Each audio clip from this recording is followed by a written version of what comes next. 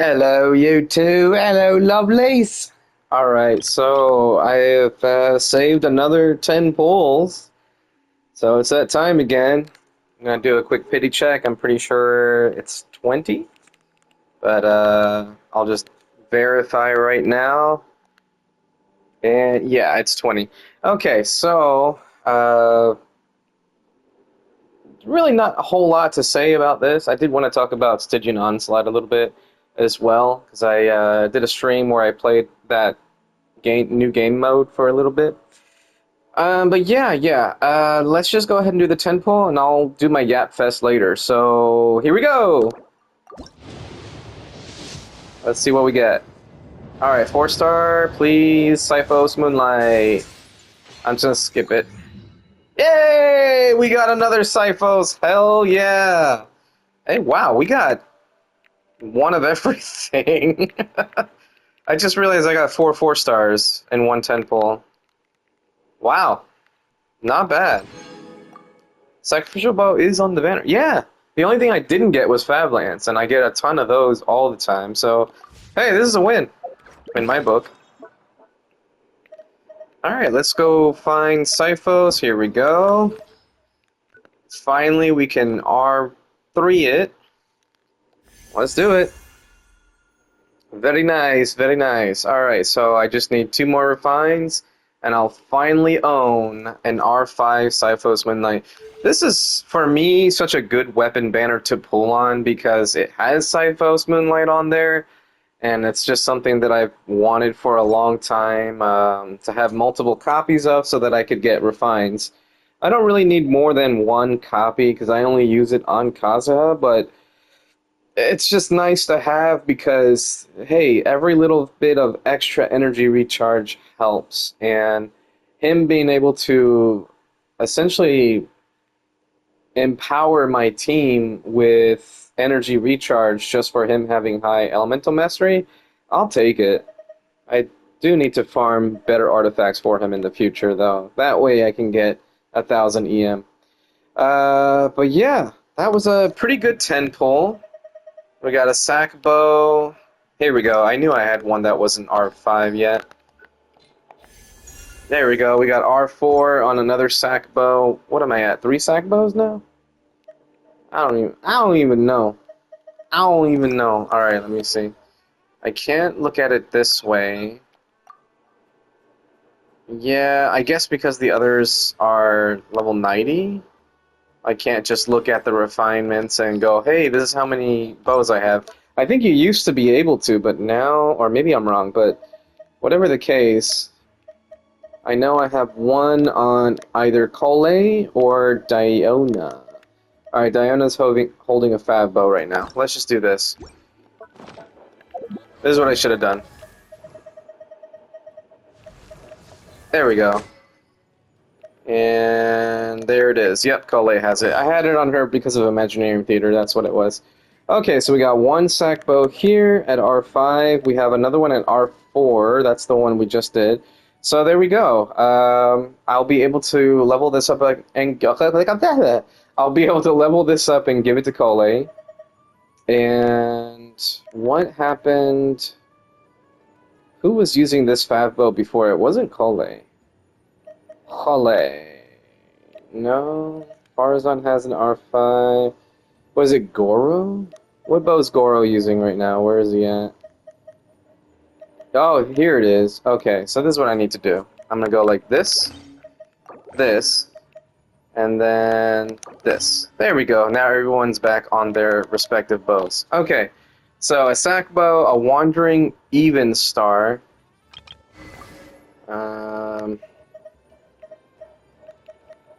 Yeah, there we go. Okay. Ah! I didn't want to switch. I didn't want to switch. Oh, God.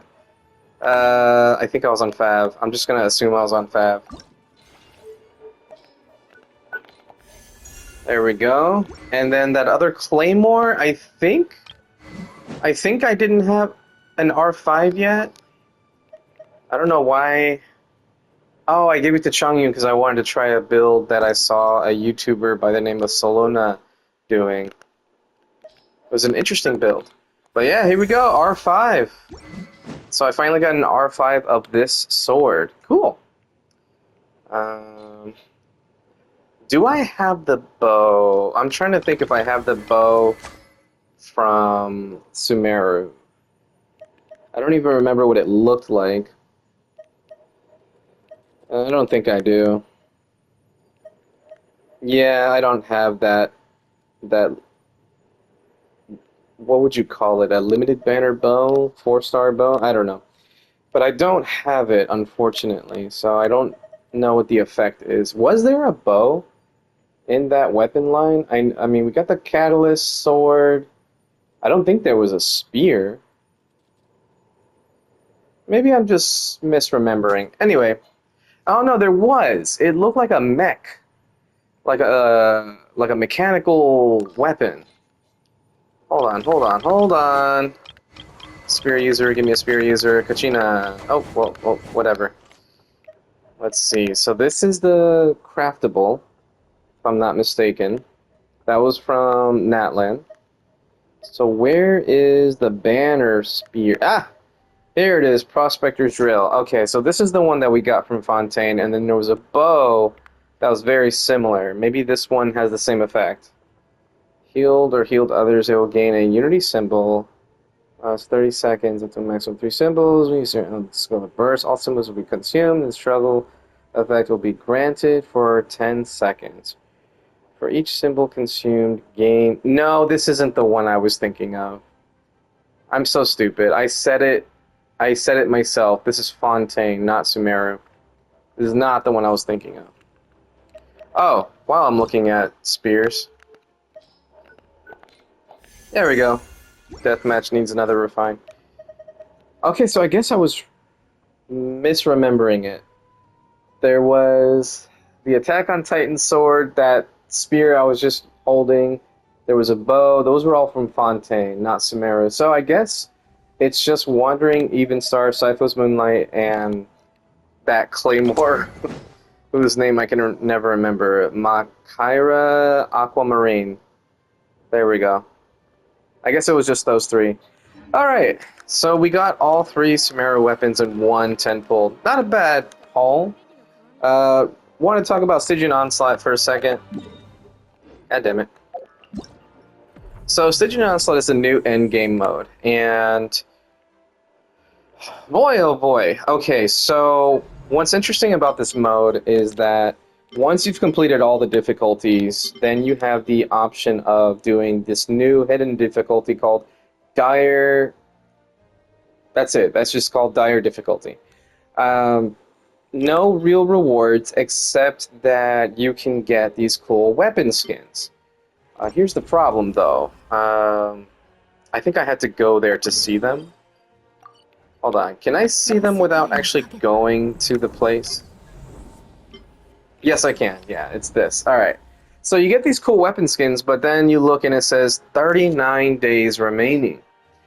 The Dire Difficulty mode, from what I've seen, I haven't attempted it yet, I do plan to, but from what I've seen, that mode is ridiculously hard for anyone that doesn't have a really well-invested account. And that's fine, but the other thing, too, that I've been seeing in videos, multiple creators now who have multiple C6 characters are still struggling with it. And not just for Dire mode, but for Dire mode and like the perfect run where you have to do it under 180 seconds total, as in all 3 runs have to equal less than 183 seconds spent, which is kind of ridiculous considering that we have 2 bosses that have a shield mode, and one of the 3 bosses doesn't have a shield mode but does have a increased resistance mode where if you're not applying enough cryo, then you're not going to be doing enough damage. That one's probably the least bit of my worries. I don't know what I was trying to say there. It's not the worst thing for me to worry about in terms of the 3 bosses. The Tulpa is kind of he's kind of an asshole if you don't have the right elements, and you kind of need cryo to deal with the little guys. So it already just incentivizes Mawika, Shilonen, and Silali, but none of them can proc scroll to affect Mawika's pyro.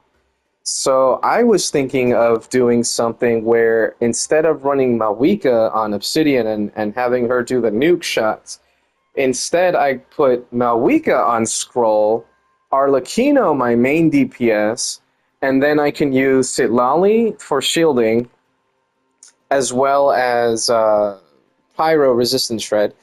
And then I can use, what was the last one I was thinking? Oh, Nahida. So I won't have any healing, but hopefully I wouldn't need it. That, or I could put Nahida on Prototype Amber and get some healing. So there's that.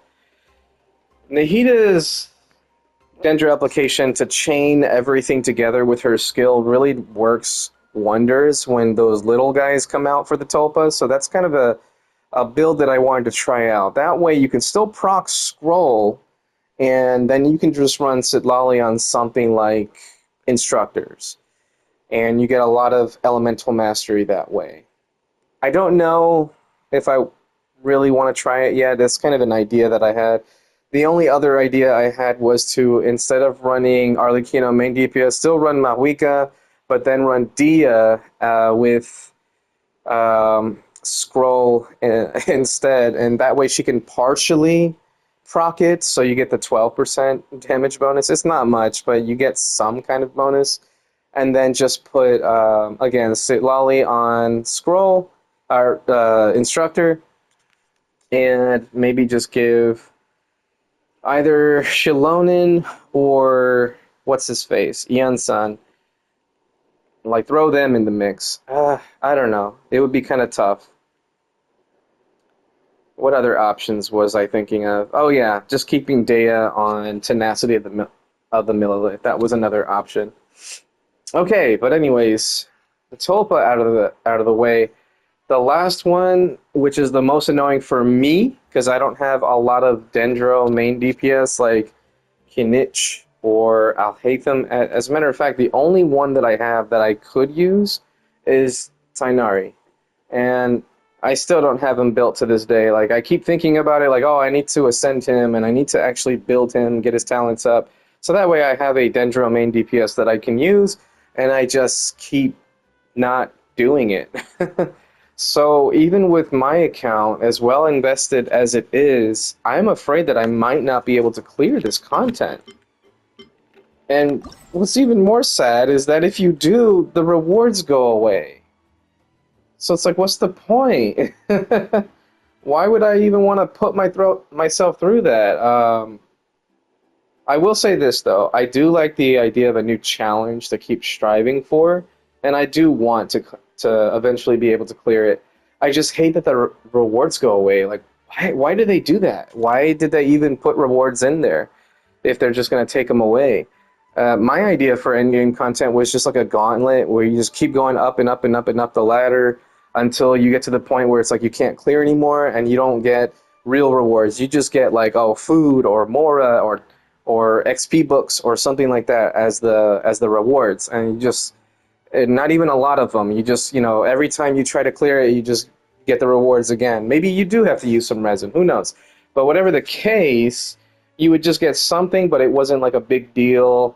Not Primogems, not Sanctifying Elixir, just something small for the people that really want to challenge their account. But this new mode, it just takes what we already have and it just gives them millions and millions of HP. And granted, they do have new mechanics, or at least the Tulpa does, because I don't think he does that shield mode in the overworld. That, or I just always kill him too fast. I'm pretty sure he doesn't do that in Abyss either. So, yeah, I don't know what I think about this Stygian Onslaught thing. I do like that you can get the new rewards, not easily, but it's not too frustrating to get the two feathers for me. Newer players will have an easier time with the normal, advanced, and hard difficulties, at least to be able to get the Primogems.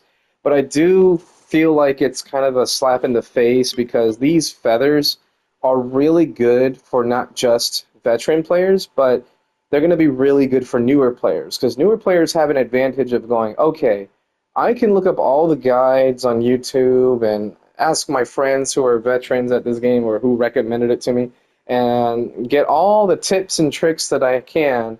And now I know what to look for and what not to throw away in terms of artifacts, right? So these new feathers incentivize you to keep trash artifacts that you roll to 20 because, oh, it was a four-liner and it came with double crit rolls. Okay, keep, right? Oh, I got another four-liner. It had double crit and it had attack percent. Keep. Oh, I got another double crit roll. It's or four-liner. It's got double crit, attack percent, and energy recharge for my Raiden. Definitely gonna keep that. Ah, damn, it rolled terribly. Well, guess what? You got these nice little feathers here to help you along the way. And it just kind of sucks that we don't get a lot of them. And they're rewards for the hardest difficulties for this new challenge. Menacing wasn't that hard for me anyway. Um, I picked some teams that weren't necessarily ideal just to see how I would do. And then on Fearless, I'm pretty sure I ran a Burgeon team with Nahida, Kirara, Arlecchino, and Kuki, actually, to go against the Tulpa, because Tulpa's 100% Hydro entity or whatever. So you're always going to proc Blooms and Vape and Electrocharge, blah, blah, blah, blah, blah. Anyway, so I used a scuffed team and I was able to do it. But not everyone can do that. And so that really sucks that the feathers are tied to the second and third hardest difficulty modes for this challenge. It's kind of like, why did you even bother putting the feathers as a reward in there if it's going to be almost unattainable for people that are still building their accounts? I don't know. That's kind of weird to me. And I don't even know how often this mode will come back. It says 7 days and 9 hours for this, the Dire Commendation. But I don't know about the challenge rewards here, like how often this will respawn. If I go to the screen here, we have 31 days, 9 hours left. So is that how long it's going to take before the challenge rewards reset? Or is it the 9 days or 7 days or whatever? I don't know. So I don't really know what I'm doing with this video, but hey, you saw the 10 pull and maybe you got some info out of me from the Stygian Onslaught. I think it's fun. I think it's a fun new thing to do. It incentivizes you to build your characters and not just build 2 or 3 teams, but maybe have multiple teams ready to go for any kind of situation that they throw at us. But I really do wish that it was more mechanically involved and not just, hey, we gave this thing a million HP times 10 or whatever, however millions of HP that they gave them, and you gotta beat it before the clock runs out. Like, I don't know. Maybe I would have preferred like a raid mode or something where you just go in co-op versus something like this. Yeah, it can be fun, but it's got its downsides, and I can see why people are frustrated with it. So that's my 2 cents, whatever that was. I don't even know if I made a point. I do like that you can get the Primo Gems easily. With it being a new endgame mode, I kind of wish that there was more Primo Gems, but at least we're getting 450 as opposed to like 420, which is what some of the smaller events normally would give. But if they did give you Primo Gems for all the way across the board, then we would have 750, unless the last one was like 200 or something.